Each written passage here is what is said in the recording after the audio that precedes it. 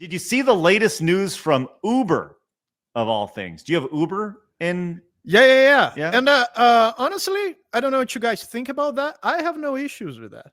It's like I would be much more comfortable. Maybe I should tell the audience what this is about first. Yeah. Well, Yeah. I mean, you can see it right there. Uber will let Yeah. women drivers and riders request to avoid being paired with men starting next month in the United States. Yeah, and it's like when my girlfriend or my mother are going to get an Uber late at night, I would feel much more comfortable knowing it's a female driver. Call me sexist or something, but just how I feel. It's freedom of association, really. Well, I don't know, Blabs. How do you feel about this?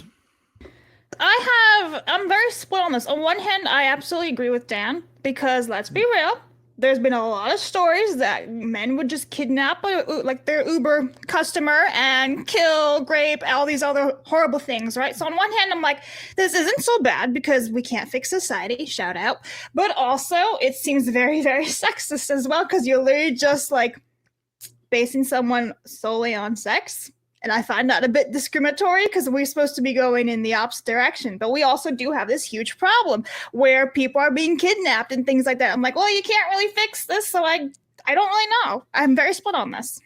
So Phoenix here, real quick. Yes, I'm Phoenix. actually curious. How does this work with like the pronouns and stuff? What you think you're getting a woman? The things in between. Oh my God! It's gonna be the male fetish, and they're gonna kidnap the women. Okay, Phoenix, you bring up a really great point. That's actually what I was gonna say.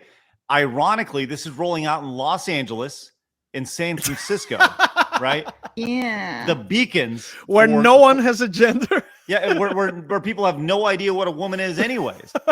Right? So how do you say you want a man, you don't want a man driver, and then a dude shows up? They want a ma'am driver. Yeah, ma'am, right? I think that's a really good point, Phoenix, and I'm glad you bring it up. Obviously, the biggest question, naturally, is if I'm a man, can I request a woman driver? Or can I not request a woman driver, right? I mean, look, I'm just saying, these are, it's not sexist if it's done equally to both, right? Yes, that's fair. And this is sexist, I believe, right? Yes. Don't you think so, Blabs? I agree. No, I do agree with it. But like I'm saying, we do have that issue where there have been lots of dudes who've gotten kidnapped and they're victims, basically, from Uber. It's happened, right? Yeah, no, 1,000%. I agree that it's sexist, but I'm okay with sexism. It's sexism I like. No, I mean, you treat women and men differently. If that is sexist, like, we're all sexist. Shout out.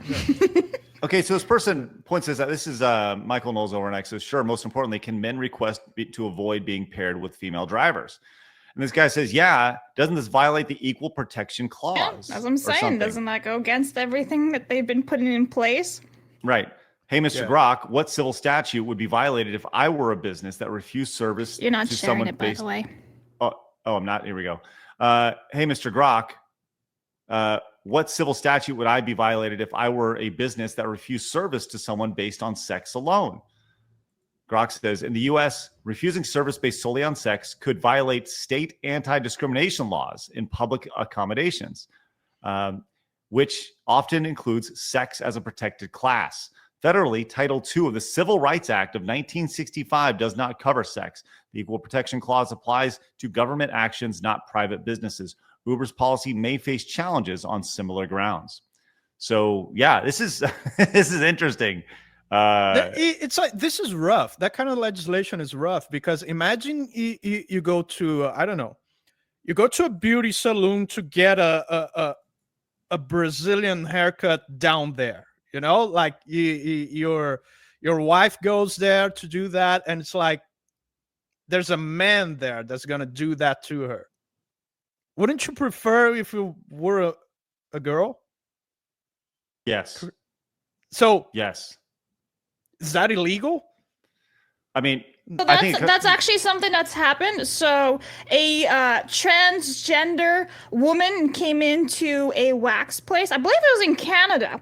And this dude was all like, wax my genitalia. And the woman was like, that is not a vagina. Because obviously he wanted to like get his, get waxed down there. And she's like, I won't do that because, well, first of all, like she's touching the male body, waxing and everything. She's like, I'm not doing that. She has the right to say no, but it became a whole thing. And I'm pretty sure there was a lawsuit and I hope she won, but I never found out the results of it. But yeah, insane shit that like the trans women are like, wax my balls. I too am woman. It's like, you have a dick. Yeah. Well, you have a penis. Let's take this a step further. If you can, did I say saloon? Sorry. Let's take this a step further, right? If you can say, I don't want a man driving me around in my Uber, what's stopping you from saying, hey, as I'm sharing on my screen right now, what about an Uber app where you can select the driver's race? Or that's gonna be so bad. Or what if you just say, I only want English speakers, right? Like, if you want to do this filter thing, that's fine. This is the whole thing of inclusivity. Yeah, it has to be consistent. Yeah, that's right. The inclusivity nature of this is where the slippery slope rolls down the line, because, hey, I totally understand the sentiment here. But if you're going to do it, you got to do it. And you can't stop. You got to go all the way down the hill, So, so Dan, personally, I'm for freedom of association, no matter the context, no matter what. And it's like, you can make fun of people and you criticize people's choices of association, but nevertheless, freedom of association, in my opinion. So I think it's funny. Ike says, I want to be driven only by Asian women. Right. Like if you pare it down to just the race and sex that you want to be driven around in, I think that's like it's both fucked up and funny at the same time. Blabs, which race and sex would you want driving you around? Which race and sex? This is so weird. Well, I'm lucky because Uber isn't even a thing by me, so I don't even have the app on my phone. But hypothetically, Blabs. I don't really care as long as they're not creepy, right? And I can actually speak a language with them. Yeah. So, yeah. Uber already does a pretty good job in filtering people with their rating system. Mm-hmm. But even so, like with my elderly mother, getting an Uber like 2 a.m., I would feel much better if you were a woman. Yeah, I understand that. I totally agree. I have no problem with this. Shout I really out don't. sexism. We love it. Shout out sexism. Listen, hey, let's go. Sexism. But here's the irony of all this, right? It's the women who will scream sexism who are celebrating this, the double standard. Right? Yeah. Yes, and once again, this goes back to everybody's it's the feminists. Yeah. Or it's the fake feminists because they're not actually real feminists. So the fake ones who only have rules for me and not for thee type of thing. They're all for this. Could you imagine though the uproar if they said, "Look, by the way, all you Asian people, you can no longer select black people riding you around in your Uber car." Like, could you imagine what that would look like? Stop Asian hate.